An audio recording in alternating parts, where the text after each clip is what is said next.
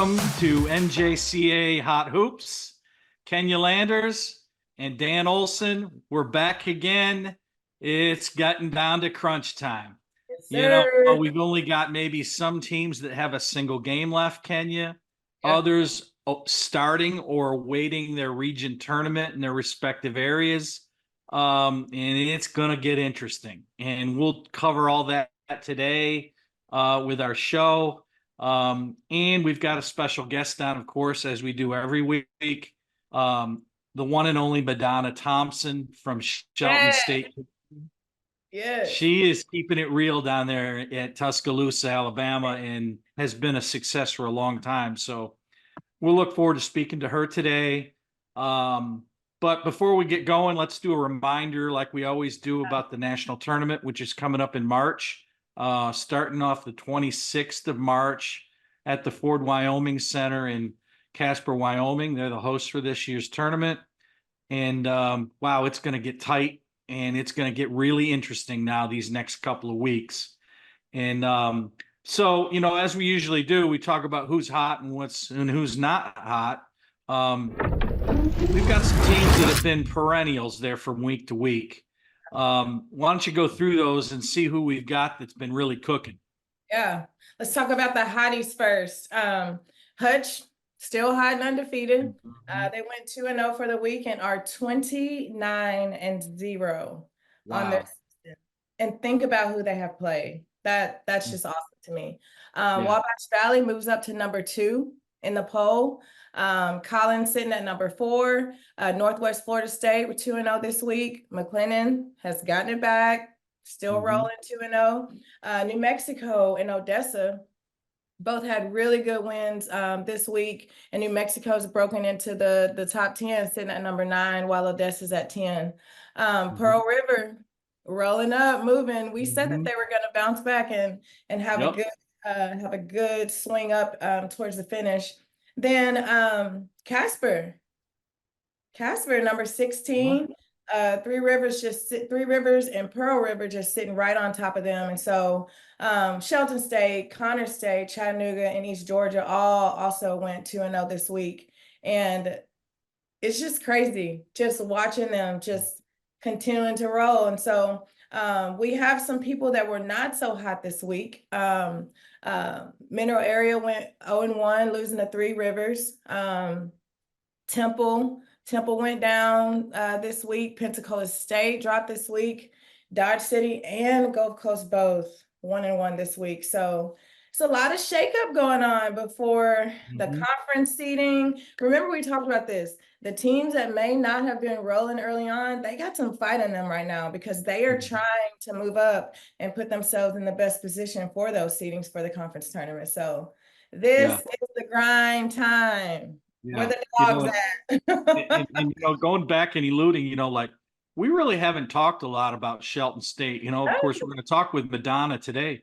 She's number 6 this week. She's carved out a nice little run of games within her region, which is what it's all about, to get you going, so she's those 4 losses, but she played a hell of a schedule early on. Then she's got good wins against Chipola and Walter State. So, people are just quiet and doing the work. So it's all about the work. That's right. Well, we've had some interesting games over the last week for sure. Not as many necessarily nationally ranked opponents playing one another, but there were a couple now, and one in particular. But Hutch kept it rolling, like you'd said, they're into 29-0. They have that model of consistency and unselfishness about them. They beat Coffeyville, by 12, 13 points. Monet Duffy, they're kind of a hybrid 4-player, 13-7 in that game. But then we thought last week that they may really get tested at Barton County. It's the last game.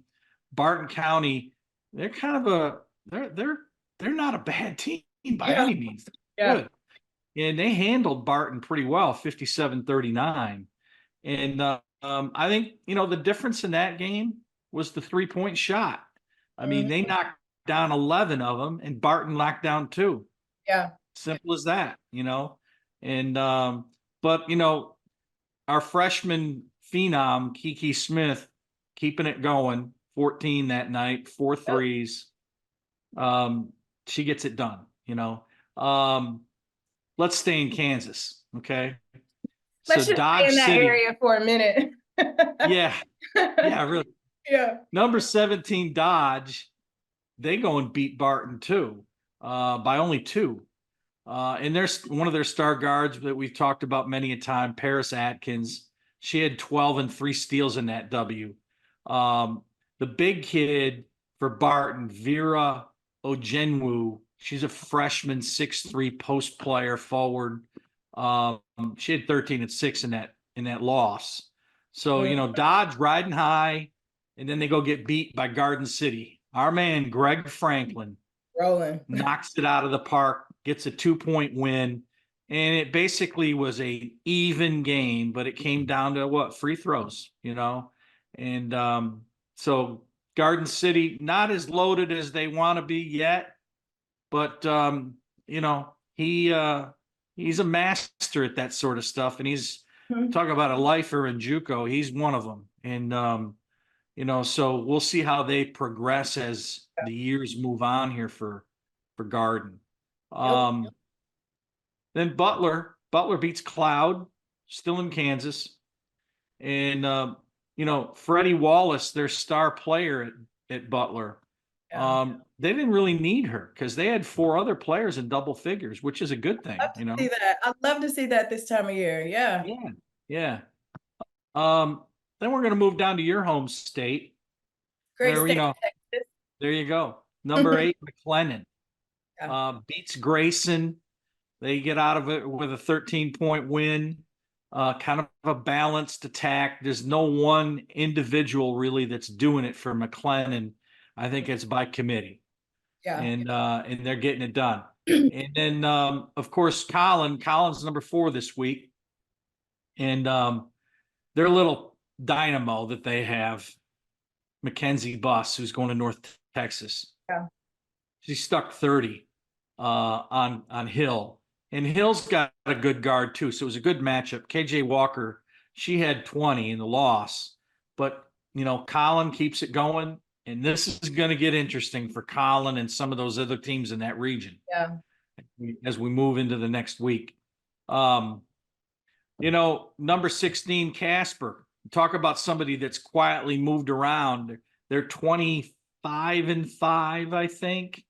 And beat Eastern Wyoming the other day.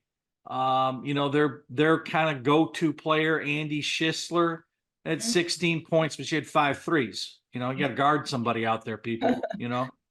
And then, you know, Kilgore beat Trinity Valley. Remember that back in January? Yep. And they went and revisited each other. Trinity's number 12 this week.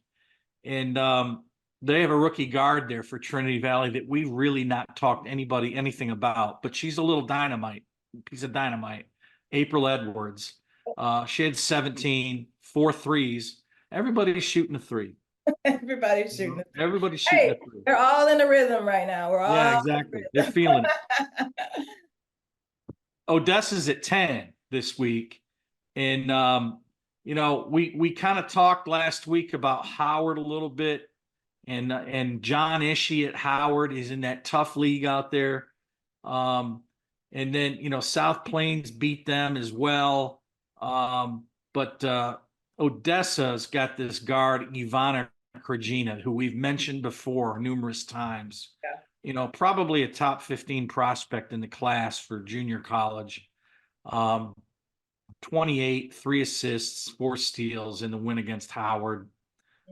She's become a really consistently dominant combo guard and got size.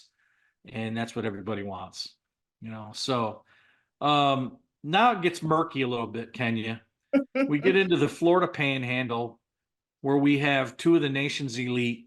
Well, really 4 of the nation's elite. But number 5, Northwest Florida State. Yeah. They're trying to make it, you know, they're trying to get it back rolling. Now, they had a little bit of a glitch there about 3 weeks ago, 2 weeks ago. but they beat Pensacola, who was number 21 this week. They beat them handily by over 30. Celia Rivera, among the nation's best front court players too, 29 and 10 and 6 assists. So she was dealing. But then they got to go play and go at it against Gulf Coast State again, and they beat Gulf Coast by 10. Yeah. So Rivera again, 13 and 8. So we got a tie at the top of the Panhandle. Both Gulf Coast, Northwest are 8 and 2, but I believe I haven't got confirmation of this yet, but I believe Gulf Coast wins the league and is seeded number 1 in that region tournament. Yeah. But you know what's really interesting? You got 4 really good teams in the Panhandle. Yeah. All 4 of them could play in the national tournament. Right. But there's probably only 2, maybe 3 that can get in. Don't forget, you got Eastern Florida State in the mix. You know, Yeah. so I don't know if the committee that determines that would take all of those teams, but man, if you got that many good teams in the state, you should take them. I mean, you got to look at the rankings too, right? Like, and the body of work. They always talk about the body of work. What have you done throughout your whole season?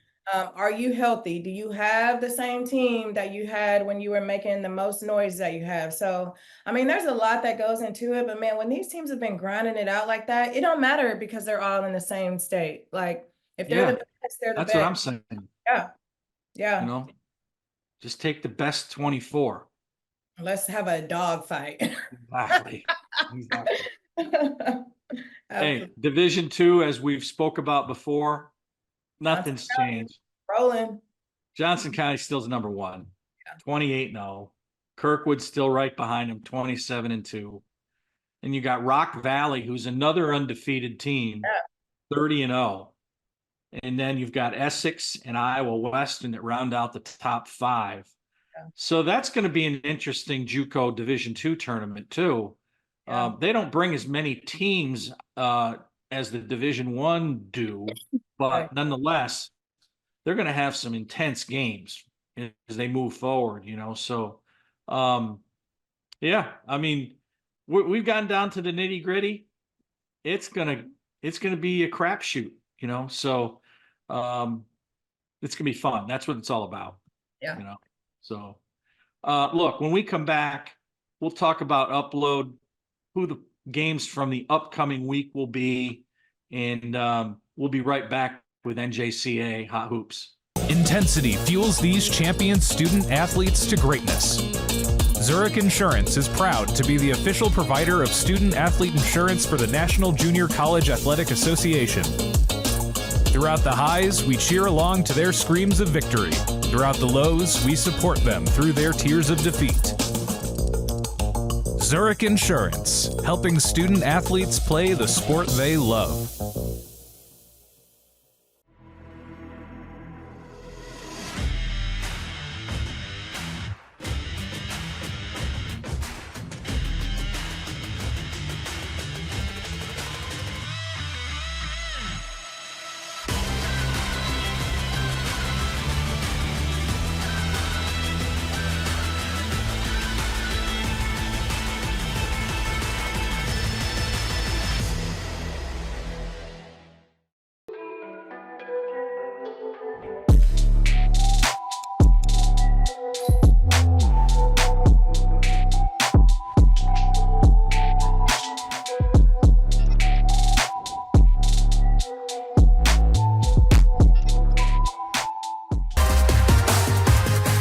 We're back.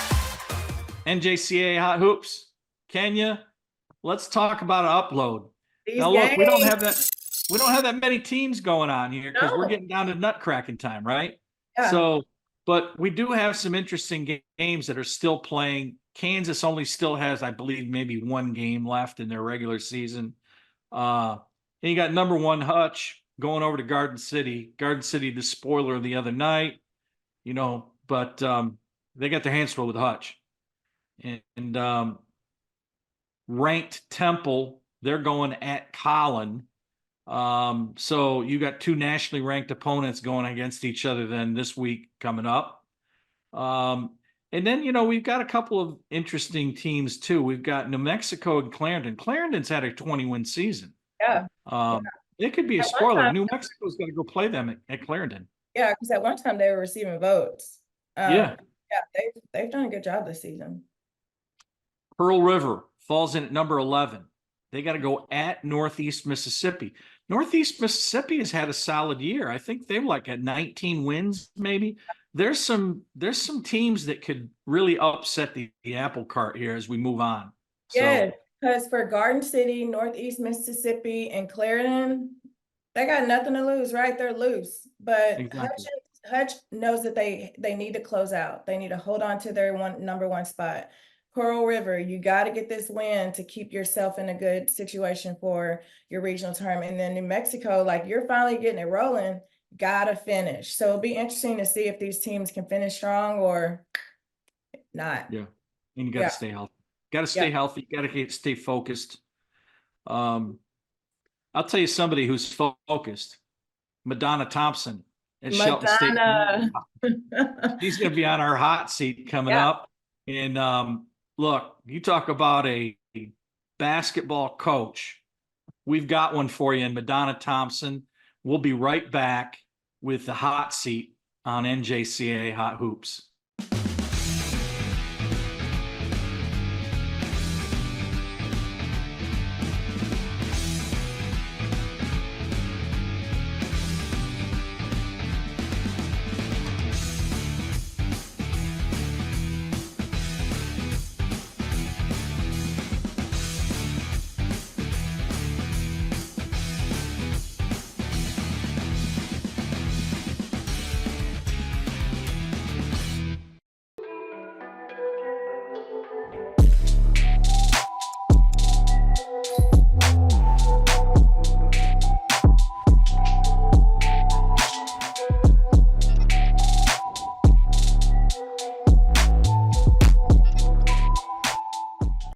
As the second largest intercollegiate athletic association in the country, the NJCAA serves not only a pivotal role in college athletics, but in higher education.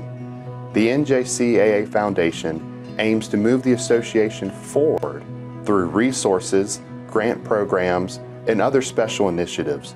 Your gift to the NJCAA Foundation will make a difference and create opportunities.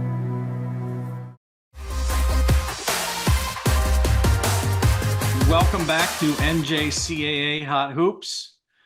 Kenya Landers is with me, Dan Olson, and we are delighted to have Madonna Thompson, head coach at Shelton State Community College in Tuscaloosa, Alabama.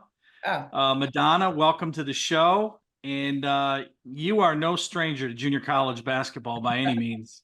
No, not at all. Consider you a fixture among JUCO, the elite JUCOs, okay? And we want to know more about Madonna, what Madonna's got going on over there at Shelton, and it's been a pretty consistent thing over the long haul. Yeah. And wow, I've got a lot of admiration for you because you've had tremendous success. But the thing that I like about you most is I guess you have, number one, you have no filter. Number two, my kind of girl. Call it like you see it, like I said. But you really teach the kids, and that's what they really need. And Kenya, I'm sure you can relate to that as well. Yeah. So anyway, welcome to the show, Madonna. Well, thank you. It's great to be here. Great to see you guys. So happy you chose to speak to me today. Great. Kenya, go right ahead. Yeah, well, Coach, first of all, just from one JUCO person to another, I just want to tell you, thank you so much for everything that you're doing for the game of women's basketball, just how you're mentoring these young ladies, teaching them the way of life, outside of basketball, but also like what you're doing there and what you've done there over the past 26 years. Yes, that is unheard of. Yeah, that is just unheard of. And we're just so thankful, seriously, so thankful. So much success, just not in the game of basketball, but in the world and in life, is happening because of the way that you're making an impact on your players there. And so I just want to really tip my hat to you for that, and just thank you for, sticking with JUCO, because it's not easy. But it is what it is, right? So going along with your 26 years there, can you talk to us a little bit just about, how your path has gone? And I know for a fact that you've gotten lots of offers to go lots of different places. So what is it about Shelton State and Alabama that's made you want to stick it out and just make that your place where you're planting roots and you're going to grow there? Well, I mean, I've truly enjoyed being here in Tuscaloosa. I mean, I played basketball right down the road at the University of Alabama, so it wasn't a very hard transition. But a lot of people don't know, but I actually got a degree in speech language pathology, and I worked as a speech pathologist for a couple of years, and I missed basketball so much. And I had an opportunity to take this job, and the guy that I played for, Rick Moody at the University of Alabama, helped me get the job, and came in, and it was kind of a little bit of a wake-up call. It was a little bit different than what I had been through at the University of Alabama. So what I did was simply come in and just place higher expectations on players than they thought they were capable of, basically. And it's just giving that little extra push and putting higher expectations, whether it be academically, whether it be socially or athletically, to do more than you think you're capable of doing. Because I think a lot of women sometimes just don't think they're capable of doing more. Maybe because of females. I don't know, but they've got more in them than they probably think they do. So it's just a constant push. That's all I've done for 26 years, is push for them to do more than they think they're capable of doing. And yes, I don't have a filter. I call it like it is. I mean, it is what it is. And at some point, you need to be told these things. And the earlier you're told these things, the better. The better. Because, not only just for basketball, but, if you're late and you keep showing up late, I mean, you need to know, hey, this is unacceptable, because it is going to haunt you and be a problem, throughout your life, whether you're trying to get to work on time or you're trying to get your own kids to their practice. So it's just, that's all I've done is just pushed and required them to give me more than they thought they have. That's pretty much it wrapped Life up. lessons, You get to them early, those freshman and sophomore years, where that's the biggest struggle, is you're moving away from home. And we deal with those most impressionable, those most vulnerable times in their lives.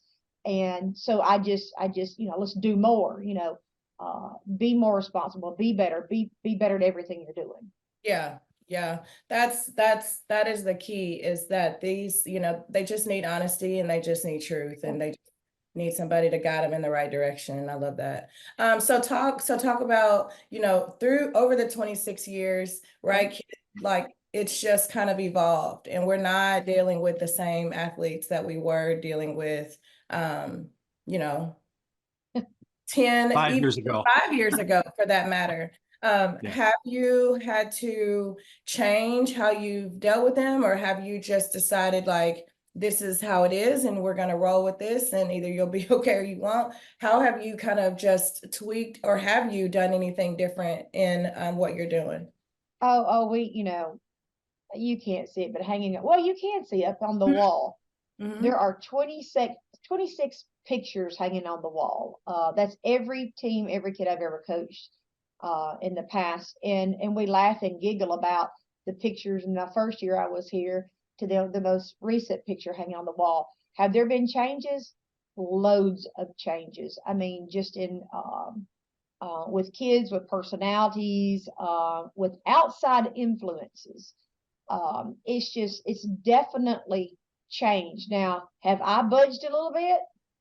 A little bit, but I haven't budged much. I just still think, there's certain expectations and certain ways you should be doing things to be successful. And we're not just talking about basketball, but I mean, I'm shocked where some of these kids are that are hanging on this wall. I mean, some of the things that they've done, some of the achievements they've had. And I've just been amazed with some Yeah. of the kids that we've had, how successful they've been. So have I budged a little bit? Yes, but not a whole lot. Uh-huh. Uh-huh. Yeah, and it's, it's like, people say it's different times, it's different, but the expectations are still the same, right? Like Yes. they still got to deliver, they still got to do their part. And you still coach them and love them and care about them, but you're still going to hold them accountable. And I love that. Yeah, and it's just because you see a lot of things on social media and people doing things, doesn't mean that that's the path they need to take or the path to success. That sometimes they blur the two, what they're Yeah. seeing Yeah. and what's actual real life. And I tell them, when you get my age, you want to be comfortable, you want to have stability, and there's certain things you're going to have to do at this age and things you're going to have to give up and to be there. So you don't want to be my age and be struggling from bill to bill or month to month, because of the decisions you made when you were the age they currently are, 18, 19, and 20 years old, because they are beginning their adult life. I tell them, when you come here, you're beginning your adult life, and you're leaving those impressions on people, the people you're going to ask to help you later on down the line, to be a reference. I can't tell you how many phone calls, how many emails, and how many letters of recommendation I write a year. So, you're beginning your adult life and that mark that you're leaving. So don't ever forget that, because it will determine where you are 20, 30 years down the road. Yeah. So talk about the 2024 team. Tell us about your team. Like, what are y'all hanging your hat on? What's your identity? What players are just, being consistent for you and helping carry in the load? Well, this year has been a little bit more of a struggle. I'm not going to lie. And I tell the kids, like I said, I'm very upfront, very blunt. We have a lot of freshmen on this team. We only have 3 kids that played for us last year on this basketball team, and only 1 got any significant playing time. So it was basically like starting over. So we've got a lot of new freshmen. We've got a transfer in. So getting them working together at the pace and the expectations and the percentages that I expect has taken the entire amount of time. And I got really big this year.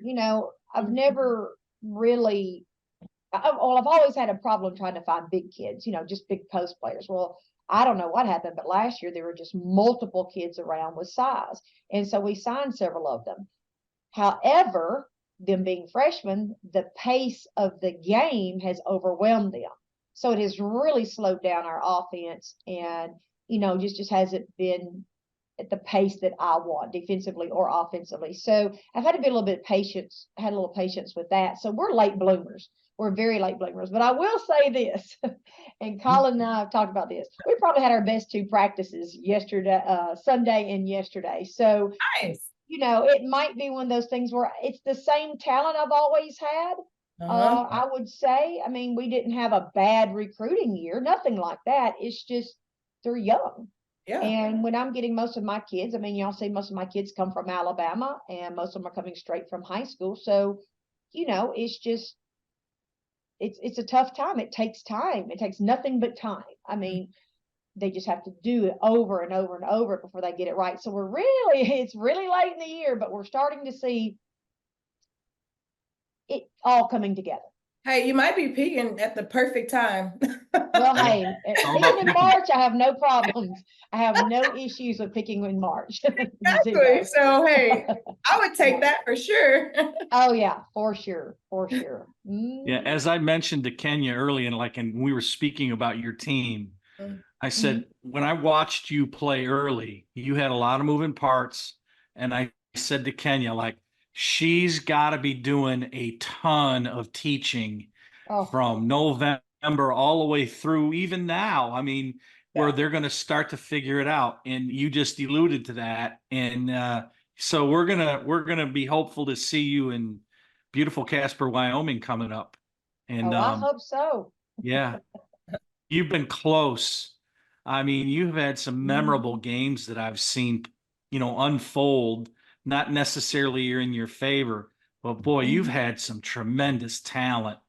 And yes. I'll tell you what, like your last year's team was one of the most enjoyable, fun to watch kind of a team that I've seen play through JUCO in quite a long time.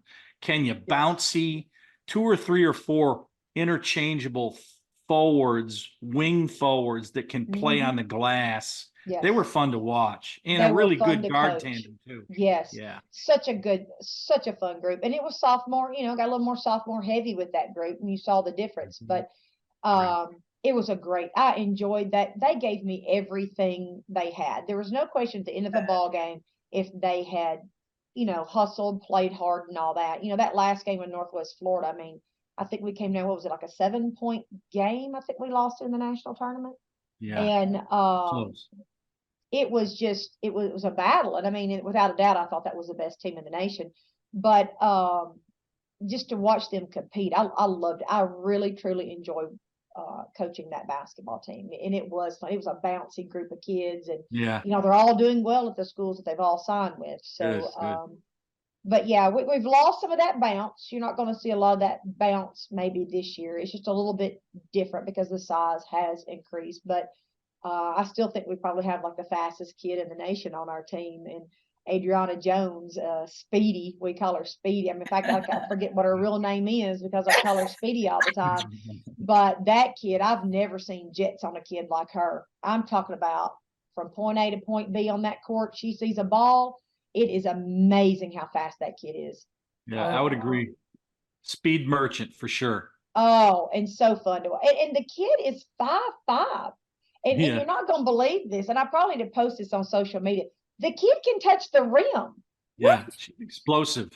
The kid can touch she's 5'5", and she's just built for speed, whether it be horizontal or vertical. I mean, the kid just gets up quick. But the kid can actually touch the rim. So she's an athlete, an unbelievable athlete from down here in the country of Alabama. I love it. Down here in the country. Hometown baby girl. Oh, let me tell you, every second that kid gets a free time, she's got a fishing pole in her hand.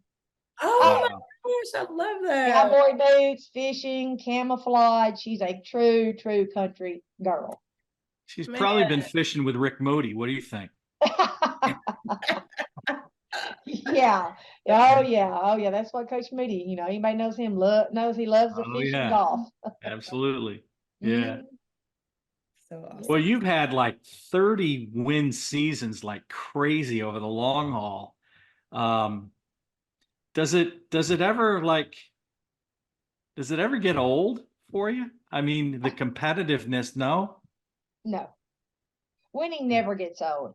And and people ask me that, but I mean, truly, every year is such a different year. I mean, it's just the teams are extremely different from year to year because at least half of your team is graduating and leaving.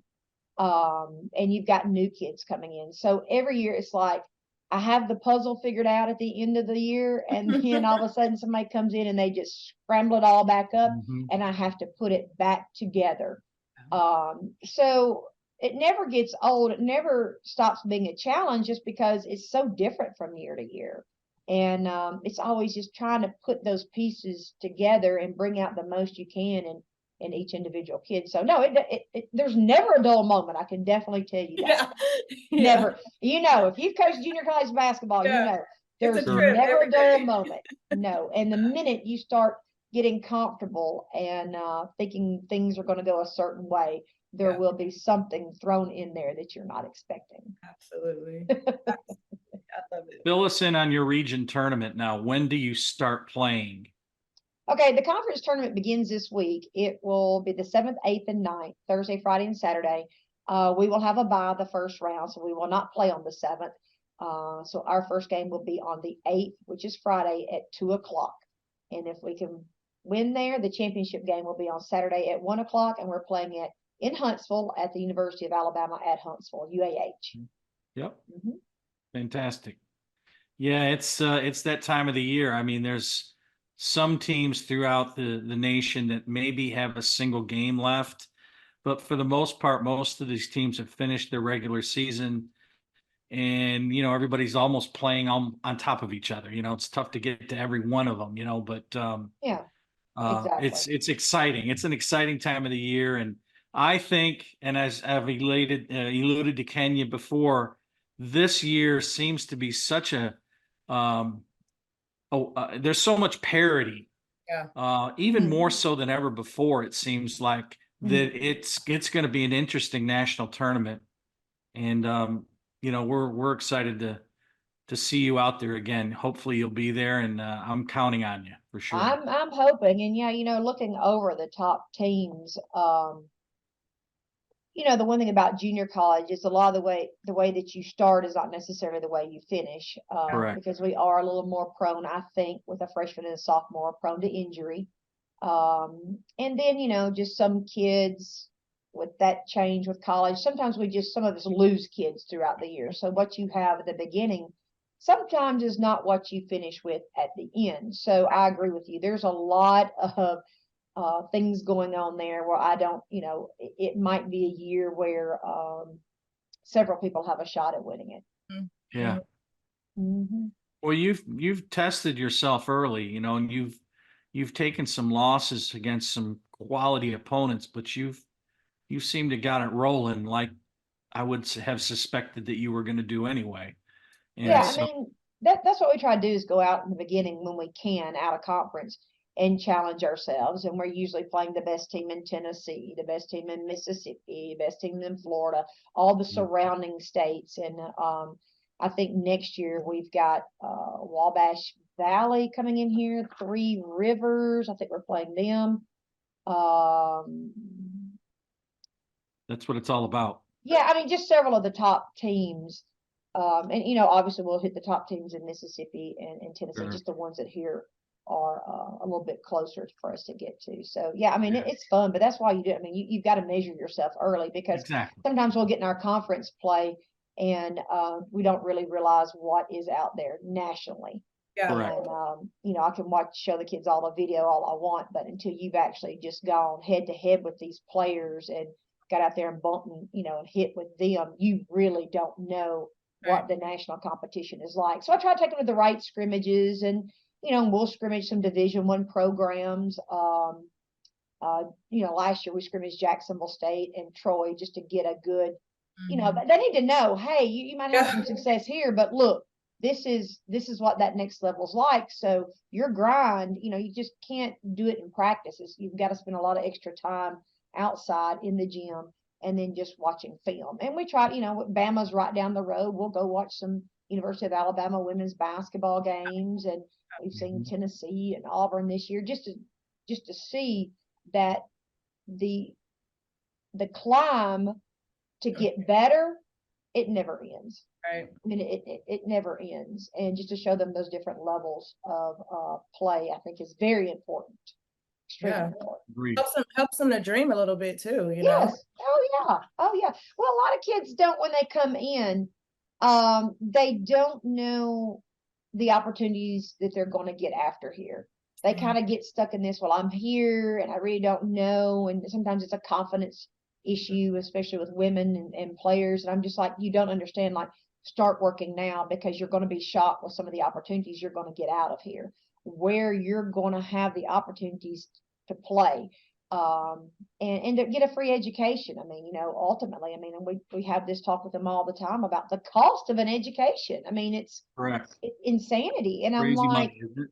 it's insane. And I'm like, here you've been given this ability to play basketball, use it to get a free education because you don't want to be making payments on a college education for 20 years. Like a lot of people have done that I know about. Heck, there's some people my age still making, you know, payments on loans. So, you know, that's just something I just try to push them into. They have the ability to do it, especially with that 4-year degree, because it's just becoming a little common to get a 4-year degree. So if you want to go into debt, do it with a master's or a doctoral program. So, you know, that's the real game here.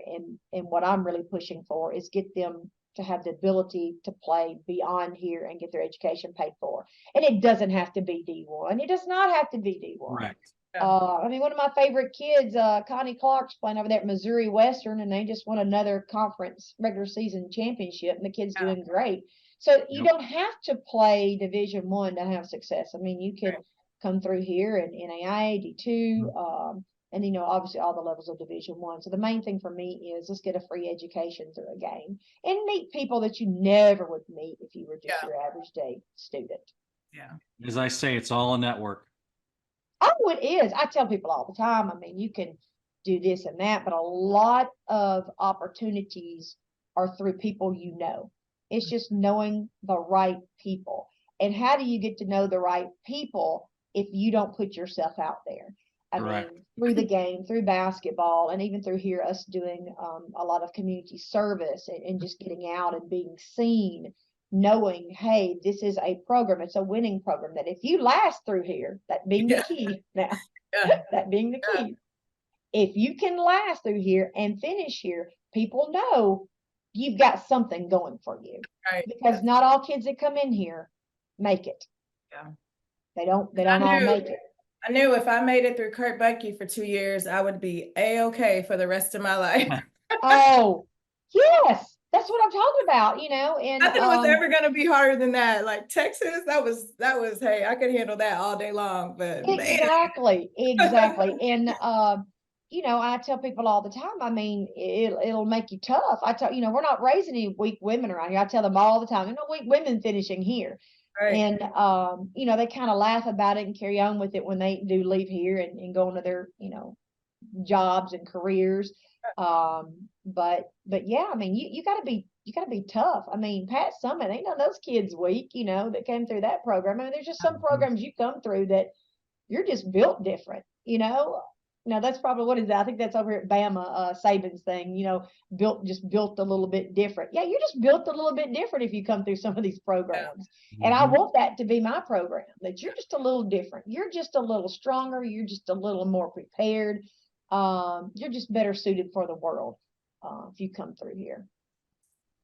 That's Well, awesome Coach, stuff. you got tons of things to get to today, but Dan and I just appreciate so much you taking the time to be on with us and just sharing us just a little bit. I feel like I could talk to you all day about what's going on in your program. But again, just thank you so much. And like I said, not just for what you're doing in Tuscaloosa, but what you're doing for the game.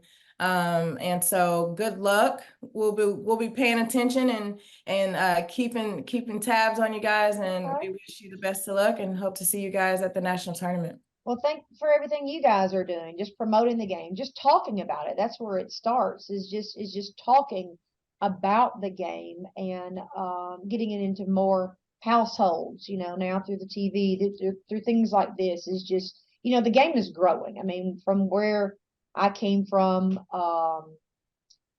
through the, period that I played to now, it's just amazing the amount of growth that the game has done. But we still got a long way to go. So, That's right. we've got to keep growing the game and promoting it, and through things like you guys are doing. And I truly appreciate you having me on today and give me a chance to talk about the one thing that I absolutely love. The one, I've been in love with a lot of things. I tell these kids, they come here and they want tattoos, and I'm like, oh my gosh. I was like, some of the things that I loved, when I was your age, and if I had put them on my body, I said, you don't realize I'd be running around here with like a Tweety bird or some cartoon character on my body, so I try to preach that all the time, but the one thing that has stayed consistent in my whole entire life is I love basketball. Like, I truly love the game, and I love playing it. I love coaching it. I love watching it. I love talking about it. So, I just, once again, just appreciate what you guys are doing, and let's keep doing it. Same for Dan and I. That's why we love to do this. Yeah. It's like, Oh, yeah. that's part of our week. So. Oh yeah, without a doubt. Madonna, And I keeping see it real. all your stuff on the on the wall back there, all of your things. So Well, thank you. Thank you. impressive. Thanks, Madonna, for being on NJCAA Hot Hoops in the hot seat for today. Okay, well, I enjoyed it. Thank you. All right, y'all Great take to have care. Intensity fuels these champion student athletes to greatness. Zurich Insurance is proud to be the official provider of student-athlete insurance for the National Junior College Athletic Association. Throughout the highs, we cheer along to their screams of victory. Throughout the lows, we support them through their tears of defeat.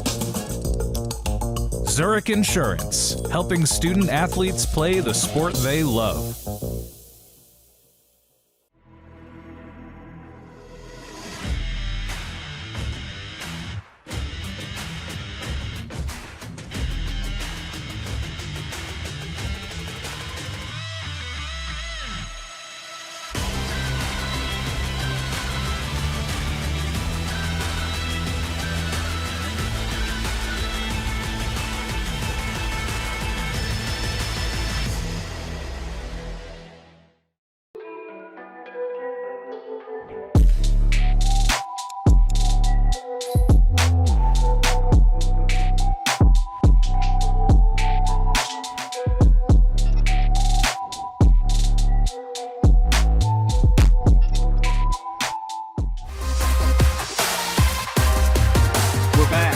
NJCAA Hot Hoops. Kenya, let's close out the show. We're going to talk about some implications in the regional tournaments that are going around now. Of course, we can't cover every one of them. Sure. We'd be in here all day talking about what if this happens and that happens. But I just picked out like 3 or 4 different regions. Let's start with Region 18, which is out west. We've got Southern Nevada, who we really haven't talked anything about. Okay. They're 25-4. They've beat Salt Lake, but they haven't beaten anybody else in that league. They're 0-5 against the regulars of Southern Idaho and Utah State Eastern, who's 20-6. So somebody gets hot, and I mean, that could be a real mess, coming out of that region. Perennially, we've had Salt Lake and Southern Idaho, though, So, but Southern Nevada, you never know. You just never know. We just alluded a little bit to Region 8. That's the Florida region. The beast. So we got too many good teams down there, is what we got. So we got number 1, or number 2, excuse me, Gulf. Number 1 is the seed Gulf Coast. They're number 2, or I believe they're in the top 2 or 3 nationally. They're 5. You got Northwest Florida State. They're going to be seeded 2, but then you have Eastern Florida State. You've got Chipola. Then you've got some other teams there. Pensacola, who's ranked in the poll for the whole entire, I think, season. I don't know if they even get into their own region tournament. That's crazy. That's nuts. Yeah. So, because I think that they only take 3 out of that Panhandle Conference to the state tournament. So you're playing in Niceville. That's where they host it. So Northwest Florida State's on their home floor, which is good for them. And they do a great job in hosting it, by the way. So that's going to be interesting how that plays out. Who gets an at-large bid and who gets left holding the season saying, well, if we could have, you just never know. Practicing, keeping your team focused. Like, that's wild. Very, very interesting. Region 23. We've talked about Region 23 before. Pearl River. They're 24-3 this week. Itawamba in Mississippi. They're 19-5. They've had a good year. Northeast Mississippi, 19-10. And then you got Mississippi Gulf Coast at 18-4. So we've talked about Gulf Coast. We've talked about Pearl. This may be a really difficult region to get out of. Very much so. So I'm telling you, this is going to be really interesting. I'm looking forward to it. I'm so glad I'm on this side of all of this. And let's give some props to Wabash Valley. They've fallen at number 2 this week in the poll, the highest they've been all year. they've got a 4-team race in that region 24. You got Vincennes with the legendary Harry Meeks still there coaching them up. And you got Southwestern Illinois that's trying to be they're trying to run into this party and just like upset everybody. Yeah. And then you got John Logan on the outside looking in. So it probably should come down to Wabash Valley getting out of there. I mean, he's got talent. He lets him play. You know, this guy's averaging over 100 points a game. You know, he lets them shoot it up and rock and roll. So, in a week's time, everything, of course, is going to be more clarified where we're at. And, you know, we'll cover most of that in next week's, you know, NJCAA Hot Hoops segment, you know, but anything to add, Kenya?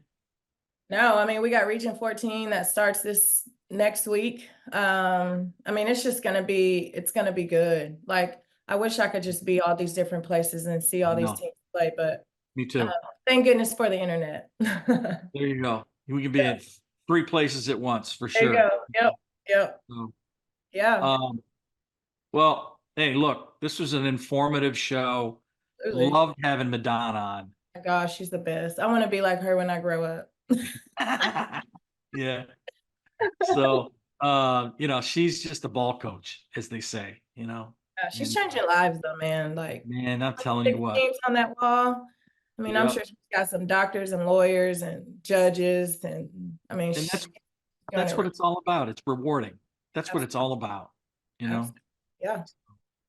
Well, awesome show, Dan the man. I hope everybody saw me and Dan were actually at the same place at the same time last weekend. So that was a great surprise to see my man. So yeah, well, I love seeing you too, and enjoyed being in San Antonio with you. I will. Yeah, for sure. That was a good time. All right. Great show. We'll be back next week.